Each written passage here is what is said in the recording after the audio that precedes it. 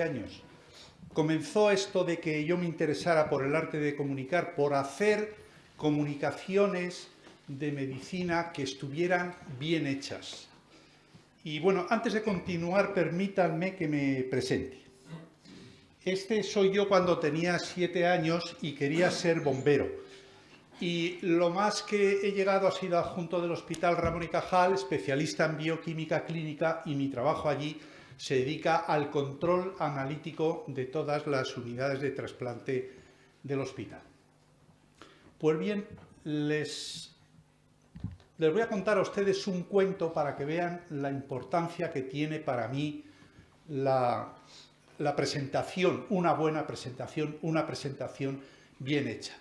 Porque todo esto surgió porque yo voy todos los años al congreso de mi especialidad y llegó un momento que dije, pero vamos a ver, ¿por qué tengo yo que aguantar a esta cantidad de colegas que son incapaces de conectar conmigo? Si saben mucho más que yo, saben infinitamente más que yo de muchas cosas y son incapaces de contármelas bien.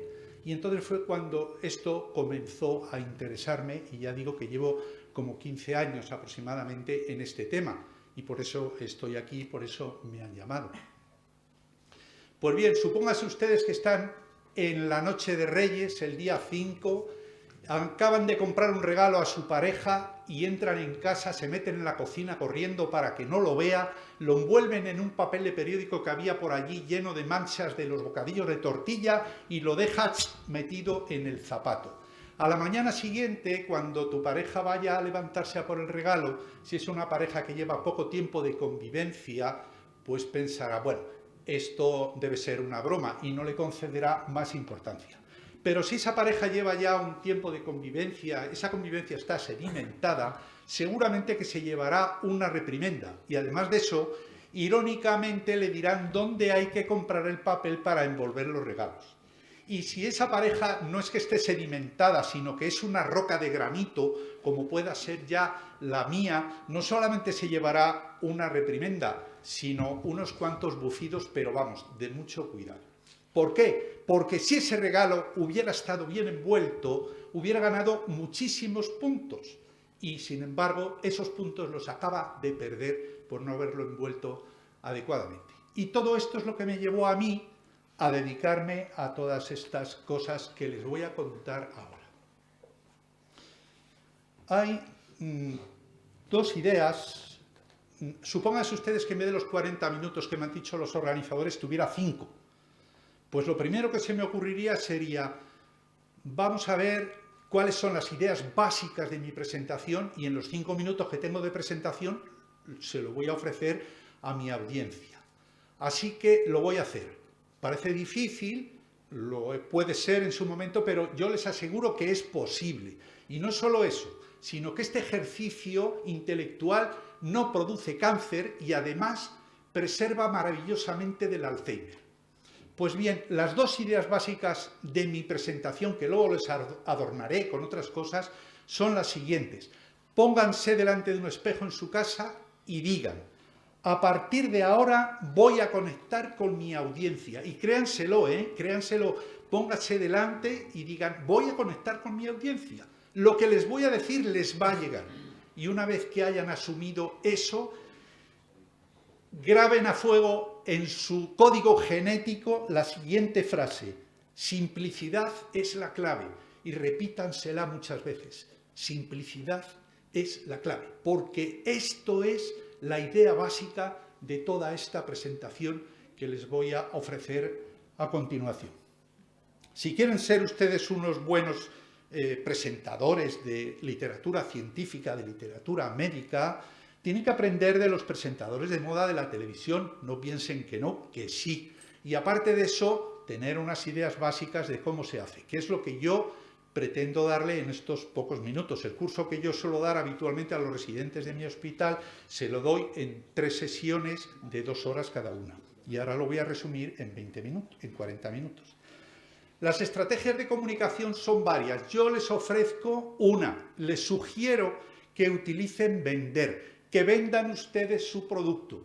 Porque si durante el tiempo en que son dueños del micrófono, en que son dueños del ordenador, del cañón y de toda la audiencia que tienen delante que les está atendiendo, no son capaces de vender su trabajo de revisión bibliográfica, de revisión de estudios, etcétera, todo lo que hayan podido hacer para llegar al final a unas conclusiones determinadas, no habrá servido absolutamente de nada. Por eso les aconsejo que vendan. Y para vender su producto, lo primero que tienen que saber es cómo hago yo para comunicarme con la gente que tengo delante. ¿Qué características tiene la audiencia que yo tengo que utilizar para que mi mensaje les llegue? Pues bien, esas características son las siguientes. Los tipos de comunicación, las formas de comunicarse del género humano son tres. Todos nosotros tenemos tres formas de comunicarnos. Una, la primera, que es la preferida. Otra, que está subordinada. Y una tercera posibilidad de comunicarnos menos desarrollada. Tenemos tres tipos y todos tenemos los tres tipos al mismo tiempo, solo que en diferentes proporciones. Ahora veremos qué tipos son esos de ahí, que cambian con el tiempo porque nos vamos haciendo mayores, porque estamos perdiendo la capacidad física, con lo cual se modifica nuestra forma de podernos comunicar, no de querer, sino de podernos comunicar. Y además de eso, también hay circunstancias del día a día, que también nos hacen modificar un poco. Yo no me comunico igual con mi familia en mi casa que con mis compañeros de trabajo. Pues bien, en los sistemas de comunicación, son tres como he dicho, el 78% de la población se comunica visualmente. Solamente recuerda el 20% de lo que le cuentan, pero sin embargo recuerda más del 50% de lo que ve.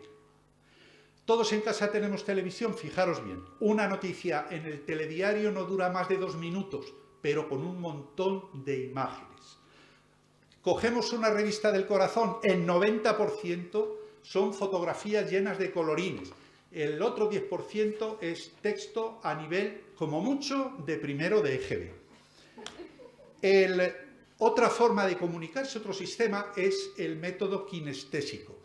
La gente que utiliza este sistema de forma preferente se comunica con los demás mediante las sensaciones y los otros 4 que me quedan: el oído, el olfato, el gusto y el tacto. Estas personas, los kinestésicos, aprenden más lentamente que los visuales. ¿Cuánto niño ha salido del colegio con la etiqueta del tonto de la clase, cuando realmente no era el tonto de la clase, sino que aprendía por el método kinestésico? Y entonces le costaba mucho más trabajo que al resto de sus compañeros que eran visuales. Y un tercer modo de comunicarse, un tercer sistema, es el auditivo. Las personas que utilizan preferentemente este sistema se comunican con los demás a través de datos, requieren datos constantemente. Y estos son los 3 sistemas de comunicación que tenemos el género humano. Por lo tanto, cuando yo esté aquí como estoy ahora mismo, lo que tengo que hacer es utilizar un método que cubra todo eso. Y lo haré de la siguiente manera. Mi método tendrá un 55% de contenido visual, un 38% de contenido paralingüístico, voz y el resto de cosas que acompañan a la voz en el presentador y que veremos después. Y por último, simplemente un 7% de datos, nada más, un 7% de auditivo. Bueno, pues visto esto, vamos a empezar a hablar del ponente y luego hablaremos un poquito también de la ponencia. Hablemos del ponente y pongamos un ejemplo. Supongamos que me subo en un jumbo, me siento en la cabina porque me voy de vacaciones y de repente sube el equipo de pilotos, copiloto, etcétera, etcétera, y me di cuenta de que van vestidos como los ocupas, con rastas, con pantalones vaqueros raídos, con camisetas llenas de agujeros, chanclas, barbas. Sí, sé lo que están pensando. Pues pongan ustedes ese pensamiento aquí, ahora. Aquí y ahora. Y entonces vamos a ver cómo tiene que comportarse un ponente a la vista de este ejemplo que les he dado. Primero hablemos de su vestimenta. Diseño, un poquitito de diseño. Oye, que la ropa de mercadillo la conoce todo el mundo, por lo menos una pizquita. No digo que todos tus trajes sean de supermarca, pero en fin, un detallito de diseño siempre viene bien. ¿Qué nos pondremos? ¿Mocasines o zapatos? Zapatos de cordones. ¿Por qué? Porque los mocasines que se quitan y se ponen fácilmente dan una sensación psicológica de poco apego a las ideas propias. No se os ocurra poneros, los hombres, calcetines blancos con zapatos negros, por lo menos hasta que cambie la moda, que ya sabéis que la moda es muy cambiante, pero de momento es así. ¿Y qué nos pondremos? Nos pondremos falda o pantalón.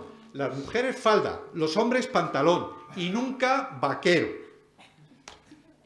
Y las chaquetas, pues la chaqueta como esta, abierta siempre, porque una chaqueta cerrada da la sensación de que colocamos un muro delante de nosotros, entre nosotros y nuestra audiencia. No os pongáis nunca ropa cruzada, porque la chaqueta cruzada, como bien sabe todo el mundo, tiene que ir abrochada porque suelta queda horrible.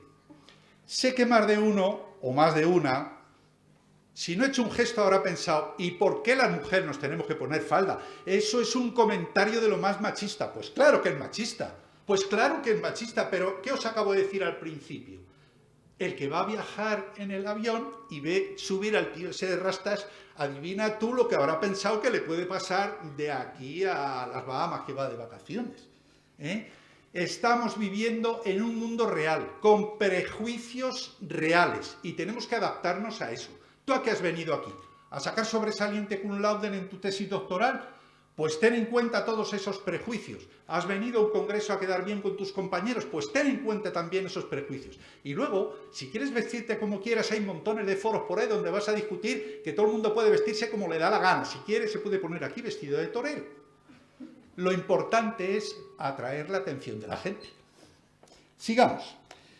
¿Qué significado tienen los colores de la vestimenta? Buscarlo en internet. Hay montones de entradas sobre este tema. Solo os voy a dar un pequeño detalle. No os pongáis vestidas de rojo, vestidos de rojo.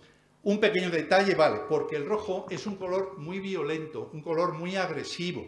Y entonces no conviene vestirse de esa manera. ¿Qué pasa con los accesorios?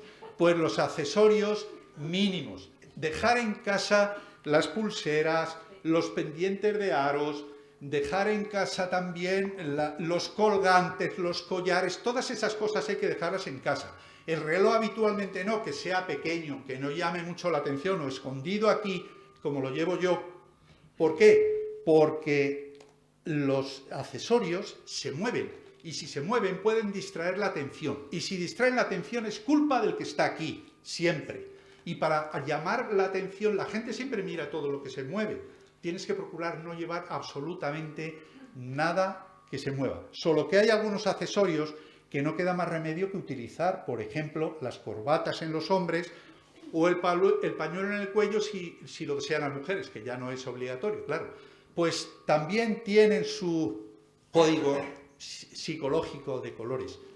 Mirar también en internet. Yo os doy este consejo, que sean de esos colores neutros, sólidos, lisos, sin ningún tipo de dibujo, para nada, porque da la sensación de un trabajador honesto, leal y que viene aquí a contar lo que realmente él sabe y lo que cree que a ustedes les puede ser útil.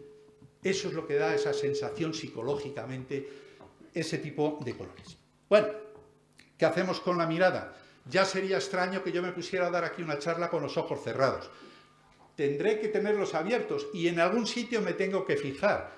La mirada repartida. Y acordaros bien de esto que os digo. A quien no mires no te escuchará. ¿Y cómo hacemos para mirar a todo el mundo? Aunque sea no viéndole, pero mirarle. Pues se pone una línea virtual en la parte delantera, una en el centro, otra en la parte trasera, y la voy siguiendo poco a poco, de derecha a izquierda, de izquierda a derecha, de adelante a atrás, y así sucesivamente durante toda mi ponencia. Para que todo el mundo se dé por aludido, me está hablando a mí, me está contando las cosas a mí, pues claro, a ti, a ti, a ti, a todos, porque todo el mundo quiero que se entere de lo que estoy diciendo. El ponente, sea el que sea en cada momento y el tema que esté tratando en cada momento. ¿Qué vamos a hacer con esos cachos de carne llenos de dedos que tenemos al final de los brazos? Que cuando hablamos con quien sea no hacemos más que gesticular con ellos, que cuando nos van a hacer una fotografía no sabemos dónde poner esas manos. Muchas veces ni siquiera las tenemos así a lo largo del cuerpo, más que cuando nos piden firmes en la mili y aún así lo hacemos motivadamente. ¿Qué hacemos con las manos? Pues voy a decir qué cosas no hacer fundamentalmente y qué cosa hacer. Primero, no las ocultéis, no metáis las manos en los bolsillos mientras estáis hablando. ¿Por qué? Porque da la sensación de que escondéis algo, que no decís toda la verdad o que estáis incluso diciendo alguna mentira. No las pongáis atrás, porque poner las manos así en la espalda es muy militar, no uséis esa forma de utilizarlas. Otra cosa que no debéis de hacer es usar con las palmas hacia abajo, porque esta es la forma en que hablaba Hitler y la forma en que hablan todos los dictadores, porque pretenden imponer sus ideas y no admiten de ninguna manera discusión a lo que están diciendo. Otra cosa que tampoco debemos de hacer es utilizarlas como si fueran revólveres y estamos amenazando a nuestra audiencia. Nunca utilicéis el dedo amenazador de esta manera para hablar. Esto en la vida. Y otra cosa también importante que tenéis que saber es que las manos se mueven y entonces la gente las sigue porque se mueven. Así que mucho cuidado dónde ponéis las manos cuando estéis hablando delante de la gente.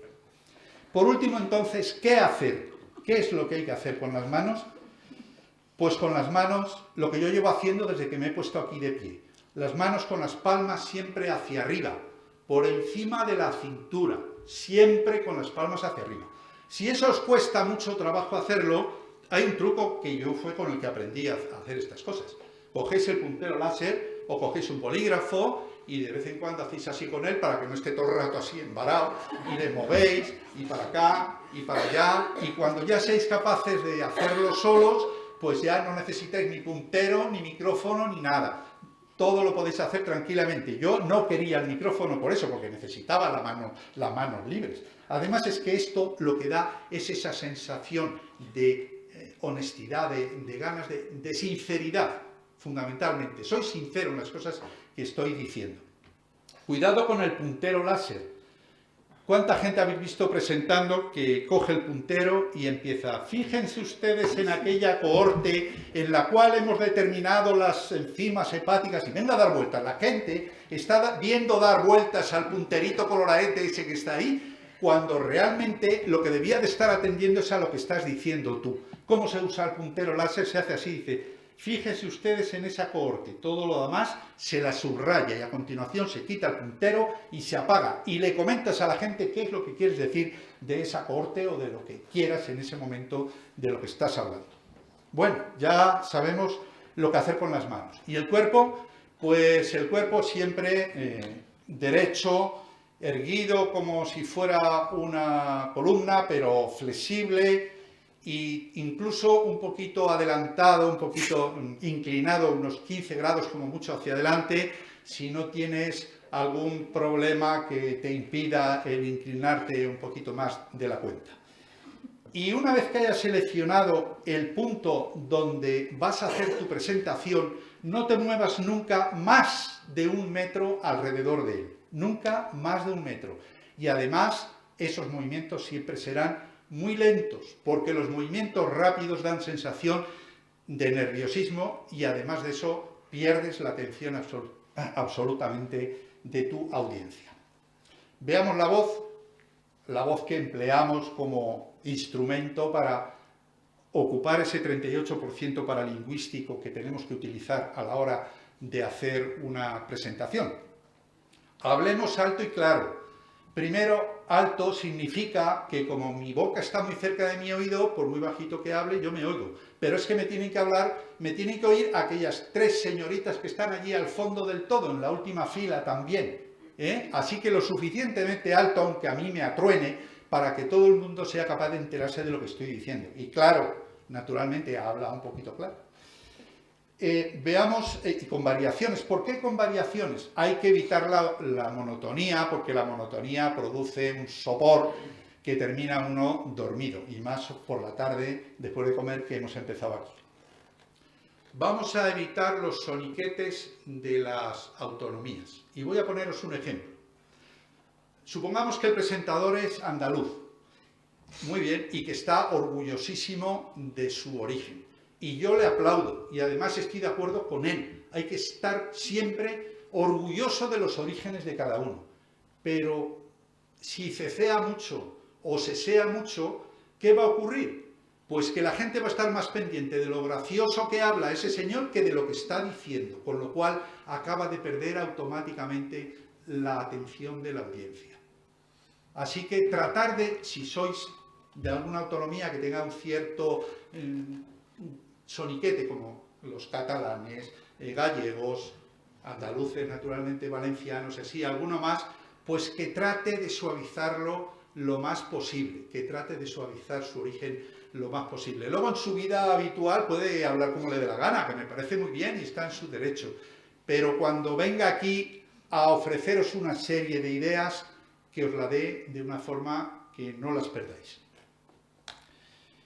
El color de la voz es aquella característica que nos permite dar a las mismas palabras diferentes tonalidades. Yo puedo expresarme con unas mismas palabras con sorpresa, o puedo expresarme con ironía, o puedo expresarme con pena, o puedo expresarme con cólera. De todas esas maneras me puedo expresar con las mismas palabras. Y tenemos que hacerlo así, dependiendo de lo que esté diciendo en cada momento, cuando yo esté estableciendo mi tema, lo que quiera yo contarles a ustedes. Amigos, decía William Shakespeare que todo el mundo es un escenario y por lo tanto es como en esta tarima, con más razón, estamos en el teatro, nos está viendo mucha gente y tenemos que actuar y muchas veces sobreactuar, y es así, ténganlo en cuenta. Por último, de la voz, les diré que hay que evitar las muletillas, como por ejemplo las de su amigo o enemigo Felipe González, cuando decía por consiguiente, que lo decía cada 20 segundos cada vez que hablaba. O hay que evitar el muchas veces no debido a un manierismo propio del que habla, sino a que no se sabe bien la lección y lo que va a hablar aquí, y entonces cada vez que, como va más deprisa su voz que va a su cerebro, pues tiene que parar un poco y hacer porque no sabe lo que le toca decir hasta dentro de unos segundos o milisegundos que se lo diga al cerebro, que es lo que tiene que decir. Sustituir esos manierismos por pequeños silencios, pequeños, no os quedéis callados ahí 30 segundos, pequeños toques de silencio que son muy interesantes hacerlos. Y evitar ese tipo de manierismos. A mí todavía me cuesta, porque yo antes era de los que decía muchas veces, y ahora no creo que me lo hayáis oído muchas, aunque de vez en cuando algunas se me escapan. No maltratéis el micrófono, porque si ponéis el micrófono demasiado cerca de la voz, las palabras sonarán como las palomitas cuando explotan en el microondas. Así que hay que ponerlo más o menos a una distancia adecuada para que no se haga innoble el estar escuchando las cosas que estás contando. Y di tus cosas, di tus temas con entusiasmo, porque a ti te gusta lo que estás hablando. Aquí no vienes... Normalmente los temas los eliges tú sobre lo tuyo, sobre lo que tú trabajas todos los días. Y tienes que ser entusiasta. Tienes que demostrar a la gente que lo que dices te gusta. Y además de eso, tienes que tratar de que tu tema sea infeccioso y que infecte a la gente, pero sin ser excesivamente teatral. Dos cosas que debéis de saber de vuestra audiencia. La atención. La atención humana dura al 100% en una persona de inteligencia media aproximadamente unos 9 minutos. A partir del 9º minuto empieza a decaer la atención hasta un mínimo de un 35%. Y cuando faltan 5 minutos para terminar el tema tuyo, tu ponencia asciende como la espuma otra vez al 100%, porque la gente no quiere quedarse la última en salir de la sala. Y entonces, ¿cómo tendrás tú que manejar un poco el tema para que no pierdas la atención de la audiencia? Pues haciendo que todos los 10 minutos sean como los primeros 10 minutos. Y para eso utiliza lo que quieras. Anécdotas, una proyección que tenga que ver sobre el tema de lo que estás hablando y que sea agradable y que atraiga nuevamente la atención de la gente. algún comentario banal que fuerce la sonrisa o incluso la risa franca, un chiste corto, por supuesto, y cosas así. Lo que sea, todo es válido para llamar nuevamente la atención de la gente y hacer que cada 10 minutos sean como los primeros 10 minutos. En un congreso da igual, porque os dan 10 minutos para hacer vuestra presentación y ahí no vais a perder prácticamente la atención de la gente. Pero cuando la charla es un poco más larga, andaros con ojo. Y entonces llegará algún listillo y dirá, qué mal se ve esta diapositiva, es verdad. Y dirá, pues lo que voy a hacer es, en los primeros 10 minutos, voy a soltar las ideas más importantes de mi charla y luego si pierdo la audiencia, pues pierdo la atención de la audiencia. Estás equivocado si has pensado eso, porque el número mágico de la atención humana es el 7. La mente humana es capaz de recibir, procesar y ligar una con otra un máximo de 7 ideas en cada descarga y no puede soportar más. Y no 7, sino 7 más menos 2, exactamente, entre 5 y 9. ¿Y de qué depende? Pues depende de la audiencia que tengas, del conocimiento, del interés, todo esto, ¿no? De la edad que tengas, incluso también la gente que está aquí. Yo voy a hablar solo de la motivación, no es lo mismo la motivación suya, que han venido aquí porque han querido, que nadie les ha puesto una pistola en el pecho y le dicen o vienes aquí o te vas a enterar. Es decir, que ustedes vienen aquí porque les apetecía escuchar esto y les interesaba. Sin embargo, fíjense qué motivación puede tener lo siguiente. Llega mi jefe de servicio y dice, mañana quiero aquí a todo el mundo, a los adjuntos, a los residentes y hasta a los alumnos rotantes. Y no me voy a quedar yo aquí solo con los 2 jefes de sección. Hasta ahí podíamos llegar, porque acabo de invitar al doctor Fulanes, que viene de Cuenca, a contarnos no sé qué puñetas y quiero que haya quórum aquí. Efectivamente, la motivación no creo, ¿verdad?, que sea la misma. Y antes le comentaba a un compañero nuestro que yo tuve mi primer maestro que me enseñaba cosas de estas, de cómo hacer presentaciones, pues era un irlandés bebedor de cerveza enorme, Brownlee, que hizo una vez un estudio, hizo 900 encuestas entre personal sanitario y personal de la industria farmacéutica, y los resultados fueron una docena sobre la atención humana. Fueron una docena de conclusiones, en realidad, de las cuales solamente les voy a enseñar 3, nada más. Se pierde el 73% de la atención si las ayudas visuales están en otro idioma diferente al que habitualmente deberíamos de utilizar con la gente que tenemos delante, con la audiencia que tenemos delante. No vale aprovecharse de las diapositivas que tengo hechas de cuando fui al Congreso Internacional de Boston y como ya están hechas, aunque estén en inglés, bueno, si la gente sabe inglés, no. Hay que ponerlas en el idioma correspondiente a los que tengas delante. Perderás un 77% de la atención si la gente lee en voz alta lo que está escrito en las diapositivas. Y por último, y muy importante, será que pierdes el 81% si le das la espalda a la audiencia. Y no creo que hayan visto ustedes un ponente, sino que habrán visto varios que cuando vienen a dar una charla hacen así y empiezan a hablarle a la pantalla, como si fuera ella la que tiene que aprender todo lo que le están enseñando y se tuviera que examinar después y presentar una tesis sobre el tema. Si perdéis la vista de la gente que tenéis delante de vuestra audiencia, perdéis su atención. Así que no deis en la vida la espalda a vuestra audiencia. Y eso significa que esto que está aquí a mi izquierda inanimado es un apoyo de lo que yo estoy diciendo. Solamente un apoyo, nada más. Y lo demás me lo tengo que aprender de memoria, y decirlo. Y si no, pues si no hago ninguna de estas cosas, pues me pasará lo que al gato de un compañero mío, que esa es la foto, que se quedará dormido. Veamos ahora otro poquito sobre el recuerdo. ¿Cómo funciona el recuerdo? De aquí una cosita nada más les voy a decir, solo una.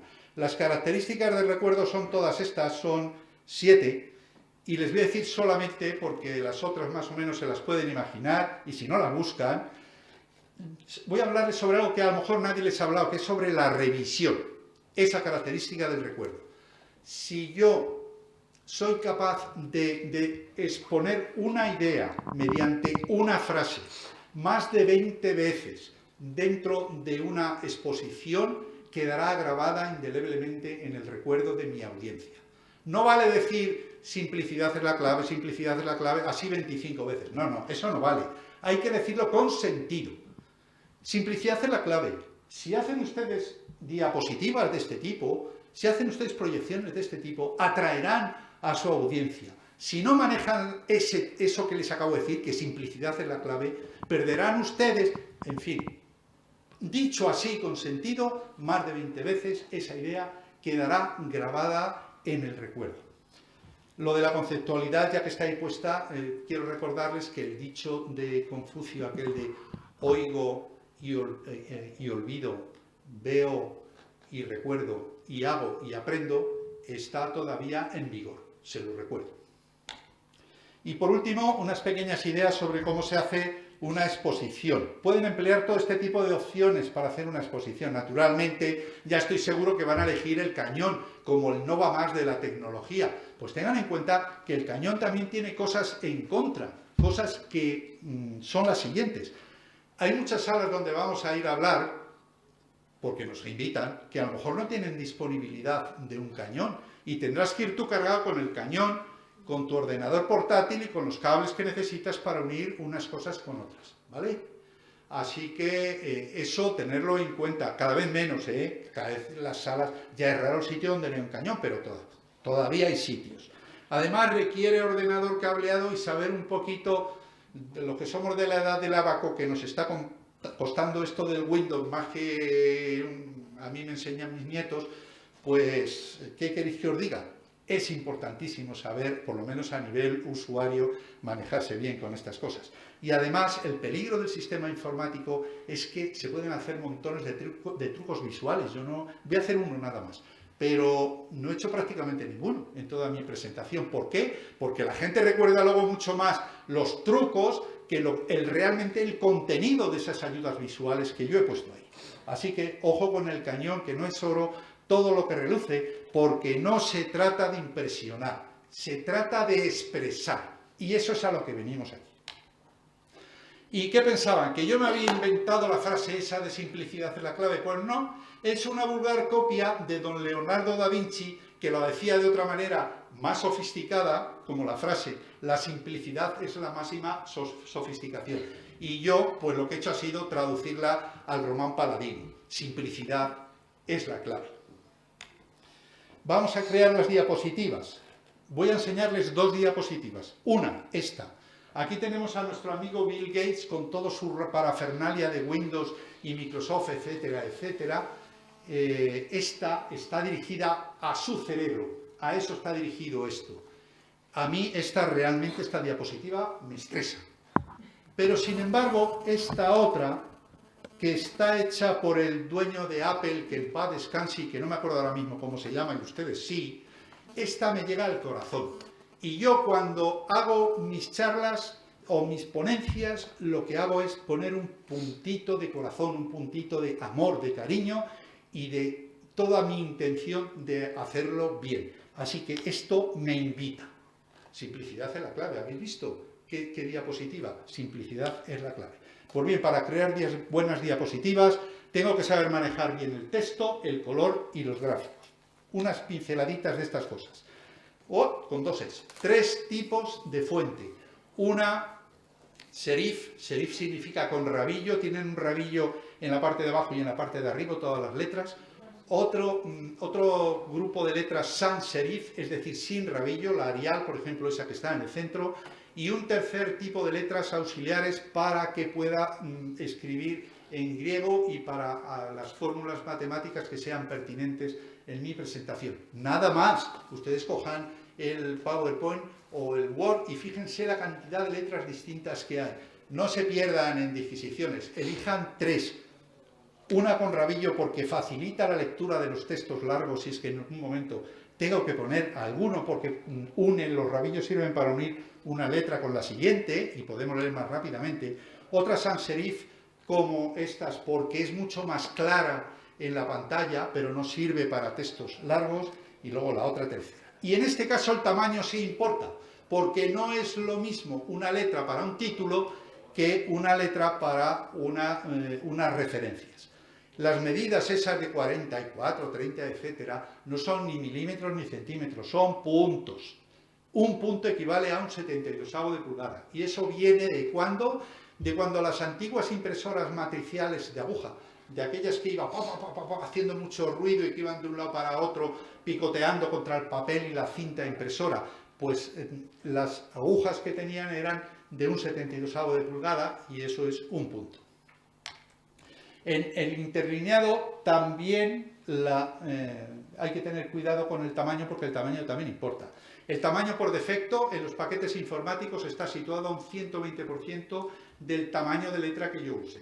Con lo cual, cuanto más grande sea, más separadas están las líneas y tengo que meterme a hacer manualmente una unión, en vez de poner que esté el 120 al 70 o al 50%, con lo cual las líneas nuevamente vuelven a juntarse. Están diseñadas para la lectura rápida, es decir, se concede en tipografía una gran importancia a la mitad superior de la letra.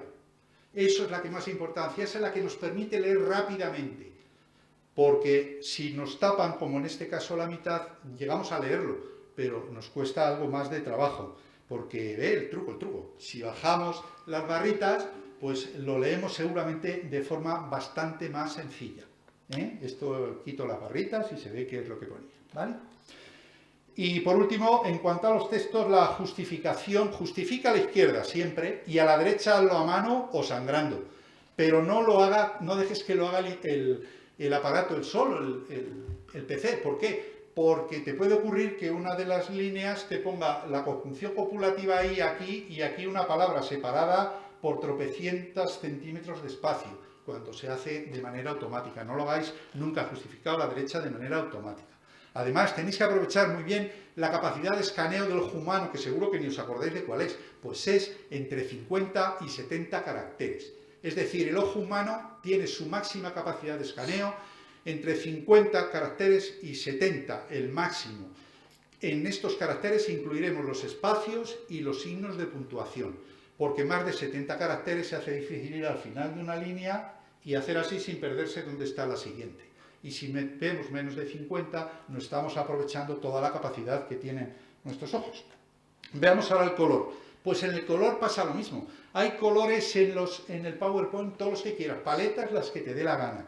Bueno, pues fíjate, elígelas bien porque los colores de arriba sí que contrastan. Y los de abajo, por ejemplo, el verde, pero los del medio, la verdad es que no contrastan nada. Hay que saber elegir los colorines.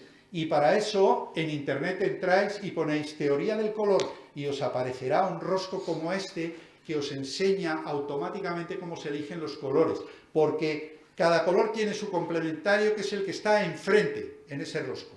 Por eso el amarillo se veía también en el azul y podía haber utilizado cualquier otro que esté uno enfrente del otro. Este rosita con el verde más o menos manzana que hay por ahí y así, no sé cómo se ve en la pantalla, yo lo veo aquí fenomenal. Utiliza el blanco y negro y solo 2 o 3 colores, no te pases, solo con 2 o 3 colores es suficiente porque si no, en vez de una diapositiva te saldrá un cuadro de arte abstracto. Y sé coherente porque así se refuerza el conocimiento. Si empiezas con ese color azul grisáceo y el blanco y el negro, termina tu presentación con los mismos colores, no los cambies, no cambies nunca los colores.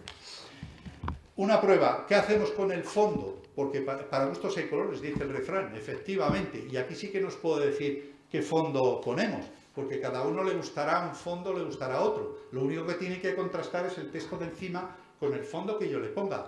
Pues yo os voy a dar un dato simplemente objetivo. El Colegio de Cirujanos de Gran Bretaña hizo el siguiente estudio. Hizo 36 diapositivas que tenían un título y 5 líneas de texto. Y se las puso delante una por una a 50 estudiantes de tercero de medicina. Y les colocaba cada diapositiva 15 segundos. Y a los 15 segundos la quitaba y les daba 45 segundos para evaluarla. De 0 a 4 en claridad y vistosidad. Y el número de palabras que recordaran en porcentaje de recuerdo. Por supuesto que los temas de las diapositivas no eran del conocimiento de los estudiantes. Era cirugía plástica. Y así es como se evaluaron y los resultados fueron los siguientes. Cuanto más claridad quiere y más recuerdo, menos vistosidad. Simplicidad es la clave. Los fondos que eligieron estos estudiantes fueron azul, verde o púrpura, oscuros y lisos, nada de degradados. Oscuros y lisos, esos tres colores como fondo. Y el fondo del título, naturalmente a veces ponemos ahí un título y lo recuadramos y le ponemos un fondo de otro color debajo. Ese color tiene que ser complementario del fondo general de la diapositiva con la que esté trabajando. Así pues, os recuerdo normas básicas, solo dos colores, consistencia siempre, diseña en blanco y negro, los colores aquí no se ven igual que ahí, en la pantalla diseñas unos colores preciosos, pero luego vienes aquí y son distintos, y los fondos lo dejo con interrogación para que ustedes elijan lo que quieran. No les voy a hablar nada de los gráficos, elijan ustedes que lo saben hacer, cómo hay que, qué tipo de gráfico hay que elegir, si de tarta, de columnas o tal. Utilicen tablas lo menos posible, porque la tabla es una cosa que sirve para todo y por lo tanto no sirve para nada. Traten de quitar las tablas y de sustituirlas por otro tipo de gráficos. Y si ponen una tabla porque no queda más remedio, no digan ustedes lo siguiente. De esta tabla que les he puesto aquí, quiero que se fijen en los datos que están en la quinta columna y en las líneas 13, 29 y 74. Pues vamos a ver, si solo querías que se fijaran en esos datos, ¿qué hacen ahí los demás datos? ¿Qué es lo que están haciendo? Están demostrando que tu trabajo es ingente, pero ya lo sabe. Tú estás aquí, ¿por qué? Porque consideran que es el que sabes de ese tema. No tienes que demostrar a la audiencia que eres el que estás preparado para hablarles de esas cosas. Por lo tanto, en esa tabla no figurarán más que los datos que tú quieres que se vean. El resto se eliminan. Y además se dicen, aquí había más datos, pero no merece la pena porque no les aportan nada. Y aquí tienen ustedes lo que se llama un gráfico emocional. Es decir, un gráfico con muy poca imagen, con muy poca palabra y que quiere dar una idea sola. Yo no sé si lo habré hecho bien, pero lo que he pretendido decir es que la chugobacteria aquella ya no se la puede matar con la caiusmicina que se bate en retirada, pero parece ser en los últimos trabajos que se han publicado que la futurmicina es maravillosa y que sí que puede con esa chugobacteria. Eso es lo que yo pretendía decir con esto y no sé si lo habré conseguido. Y, por ejemplo, aquí les pongo otro que le pongo simplemente porque me ha gustado mucho. Una persona muere y 100 millones lloran, 1 millón muere y no llora nadie.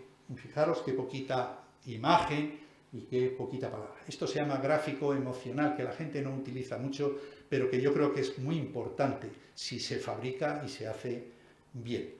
Las últimas consideraciones son dos. Simplicidad es la clave. Y otra, la simplicidad es la máxima sofisticación. Y con esto he terminado lo que les quería decir, pero antes de irme de aquí para siempre, voy a ponerles dos diapositivas y les voy después a decir una máxima que yo he sacado de esas diapositivas y que lo quiero hacer.